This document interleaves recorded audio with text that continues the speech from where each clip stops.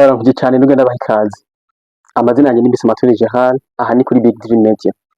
Kuri ino chaîne turaganira ibintu bitandukanye bijanye n'iterambere rya misi yose, ni gute twotera imbere twashikira imyidegemvyo by'ubutunzi ico bita liberté financière, ni gute twokomeza imigenderanire yacu y'urukundo n'abo dukundana canke n'abo twubakanye, ni gute twokwiga kwirimbura no kwitahura n'ibindi vyinshi bitandukanye mu buzima bwa misi yose.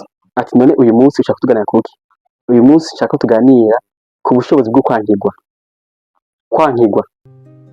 Mu buzima bwa misi yose twankirwa mu bintu vyinshi bitandukanye. Umuntu ashobora kwankirwa mu rukundo, mu kazi, muri politike, muri business n'ahandi. Ushobora gukora ikikanka, ushobora kuba hari umuntu ukunda canke wakunze ukifuza ko kubera umufasha wanashimye ariko akanka akakwanga. Kuba rero uriko wankirwa, kuba hari ibintu uriko ukora bikanka, ntibisigura yuko utazotera imbere mu buzima bwawe canke utazoshika kure, canke ngo bitume wiyumva yuko utari umunyamugisha canke utari umunyagikundiro.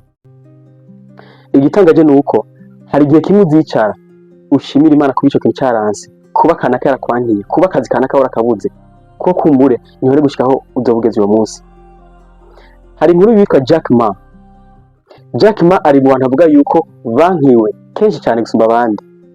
Avuga yuko yigeze kudepoza ahantu harenga 30, ahantu harenga 30 arondera akazi, hose arakabura. Avuga yuko mu nkuru yiwe aravuga yuko hari ahantu yigeze kuja gusaba akazi, ari abantu 24. Abantu 23 bose bararonse akazi, sauf umuntu umwe wenyene, ariwo Jack Ma. Ariko igitangaje nuko uyu munsi ari mu bantu 10 bakize mu Bushinwa. No kwisi yose wanashimye bafise ikibanza ciza. Cyavuga yuko kuba rero uri kwankirwa ntibitume wimva nabi. Kumbura ushobora kuba ari inzira yo kuzogushikana kw'iterambere ryawe nyaryo. Uyu munsi nshaka kuganira ibintu cyo kuri bitatu ukwiye kuzokwamuzirikana imisi yose iyo wankiwe. Imbere ko tubandanye ndagutumiye kuri kwacu urukundo no gushigikirana.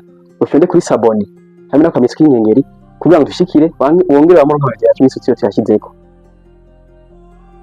Ikintu cya mbere ukwiye kwama uzirikana imisi yose iyo wankiwe cyangwa ukoze ikintu gikanka. Hari abantu cyangwa hari ibintu Imana ishobora kubirika ukingira wowe utazi, ntibisigura ko utari myiza cyangwa udashoboye, ahubwo kubera Imana iyo ibona imbere yacu ibona ibyo tutarabona ishobora kubishaka gukingira.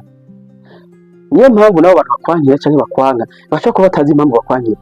Bishobora kuba ari akazi urondera kandi ufite amakarite yose yo kugakora neza, ufite n'ubumenyi bukwiye, ariko bakabona ko batokaguha wewe bakagahanaka kandi nakaswa gutumya amakarite.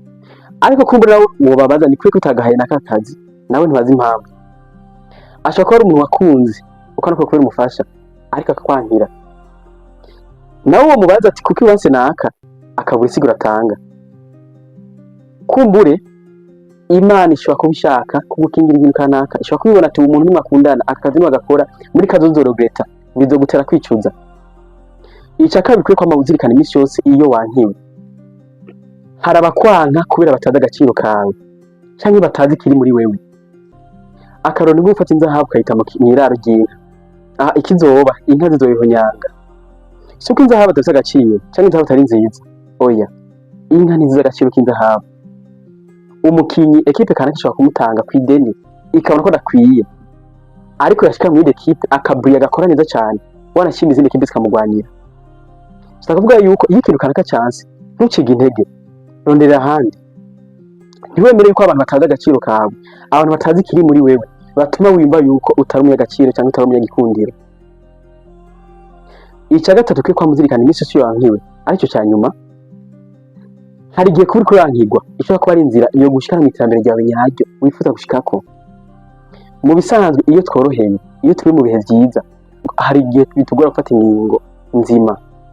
Kumbure uraryama ukavyuka ugafungura ukaja ku kazi, kwezi gwezi ukaronka umushahara wawe, birashobora gutuma utiyumvira cyane. Ushaka ufise tara kanaka, ushaka ufise impano yo gukora ibintu bisumba ibyo ukora uyu munsi, ariko kubera worohewe, ariko kubera wumva umenye ibintu bimeze neza, bigatuma udafata ingingo nyazo mu buzima bwa misi yose. Kumbure hamwe byo kwanga, hamwe ku kazi uriko, hamwe poste uriko yopfa canke yotakara canke wigukurako, vyotuma wimvira cyane, bigatuma ukora ikindi kintu gikomeye cyane canke kinini gusumba ibyo ukora uyu munsi. Kumbure ejo ugasanga ushitse ku ndoto zawe niniya cyane gusumba izo udoshika ku munsi hamwe woguma ubona ko ibintu bimeze neza. Wakoze cyane kubana nanjye ushaka kumera ino video. Twako tuganira inshuro ku bitatu ukwiye kwamuzirikana imisi yose iyo wankiwe. Icya mbere, hari abantu canke hari ibintu Imana ishaka kugukingira